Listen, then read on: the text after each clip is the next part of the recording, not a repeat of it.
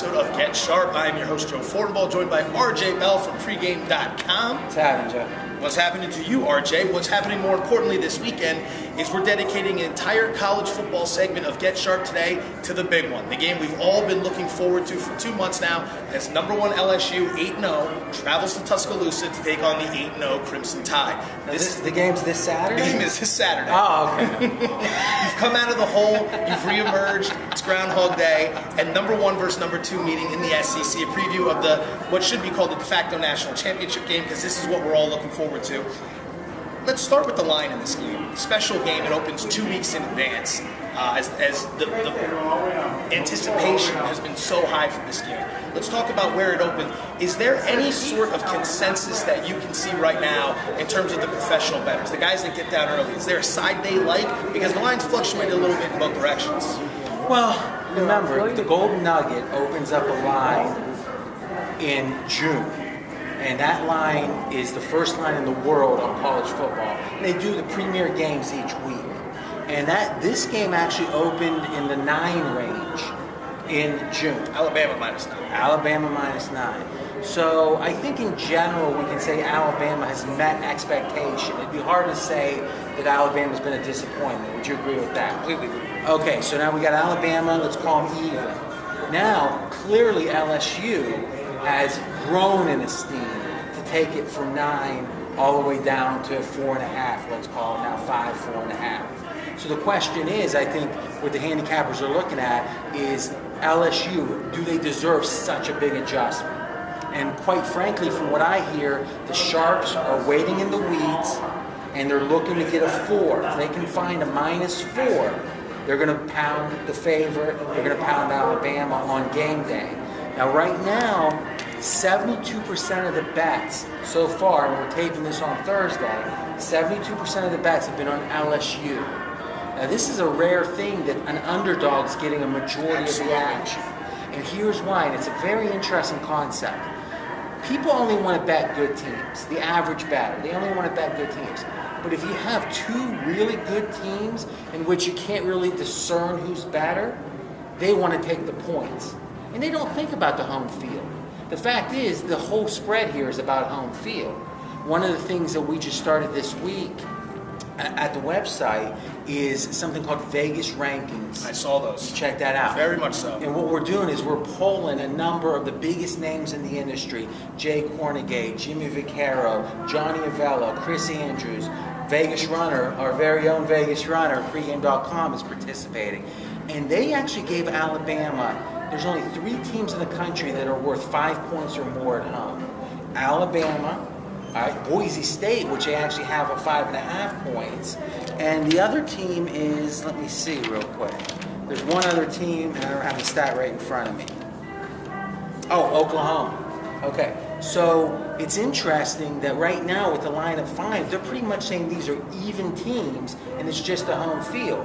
But the public, they don't really think about that. They just want the points with the team they perceive to be just as good. And let's talk about the public for a minute. Most of their action will probably be coming in Saturday. This is an 8 p.m. game. Do you have any idea which team they're going to go after? Because when you look at this, it's like you said, 2 very public teams. You see both of them in primetime football every single week. They get a lot of attention. They're on ESPN left and right. Is there any favorite in this game when it comes to who the public would like? I think that the fact that 72% of them have been betting on LSU to date is something that everyone I've talked to expects to continue. So I think they expect LSU money on Saturday. The question is that line going to get to 4? Because if it does, I think pretty quick you're going to see the Sharps come in on the Alabama side. So to me, if you like the dog, play him early. And if you like the favorite, I would say play him really late.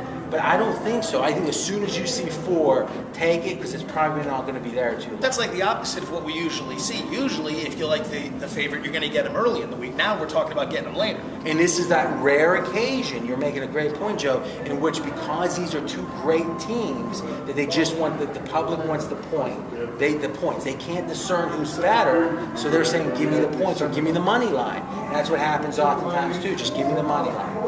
You look at this game and you think defense. Top two defenses in the country. They've done an excellent job shutting down the opposing offenses they face throughout the entire season.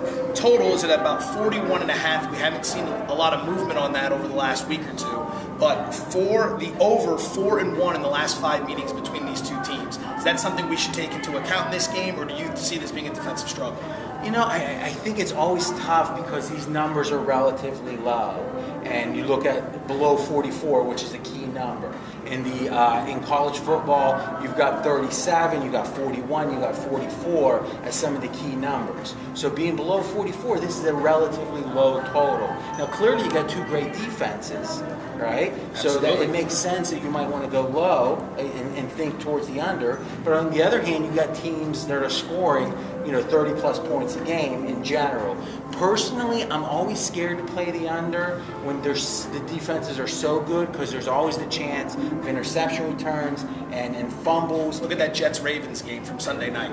And you don't have much margin of error at this number. Now, from what I'm hearing with the wise guys is you're getting limit bets on both the over and the under early in the week, and that's the way the wise guys, they're playing under 43 and over 41.5 because they're always getting the best of it. So personally, I think if the line went to 41, I'd lean over. If it went to 44, I'd lean under. In between, I think the number's right. Last question for you. LSU 5-1-1 against the spread in the last 7 meetings between these two teams. So the big question is, which way are you leaning in this game? I got to tell you, I think back to the Vegas rankings, they consider Alabama to be 1 point better. We have something called a true power ranking. It doesn't account for anything but true power on the field. And they think Alabama is 1 point better. Now, we've already talked about that 5 points for the home field with Alabama. So now 5 plus 1, home field plus the 1 point of incremental edge, means this line should be 6. Now this line, we talked about it, opened 9 all the way back in June, but it opened 2 weeks ago, like you said, a little early, and it was 6.5 in some spots. So in general, I think the 6 was the better number. I don't think that it's worth laying 11 to 10 with. Let's assume that God tells us 6 is the right number. And I always want to think God's going to tell me, right? So if 6 is the right number, at 4, if you're laying 110, you're just starting to be profitable. At 3.5, you're clearly profitable. But you can't forget, if you're betting recreationally, great, it's like a movie ticket. But if you're betting real money, 90+% of point spreads are right. There's a range that you got to go outside of to make 110 profitable, and most lines are within that range. And the fact that people want to bet every Tuesday game, every Thursday game, every big marquee game is a mistake. To me, at 4, you're probably getting some value, and at 6.5, you're probably getting some value. In between, there's a guy, his name was Bookie Bill. He doesn't do it anymore on Twitter, but he used to. He used to call it dancing the vig. He was a bookie, right? And to him, whenever you bet those games that there was no value and he was getting the 110, he was dancing the vig. He's RJ Bell from pregame.com. Thank you very much for the awesome insight. Everybody, listen, this is the big one. Get settled in early because you're going to enjoy it tonight, 8 p.m. on ABC, LSU, and Alabama. Thank you to Green Valley Ranch for hosting us. We'll see you next time.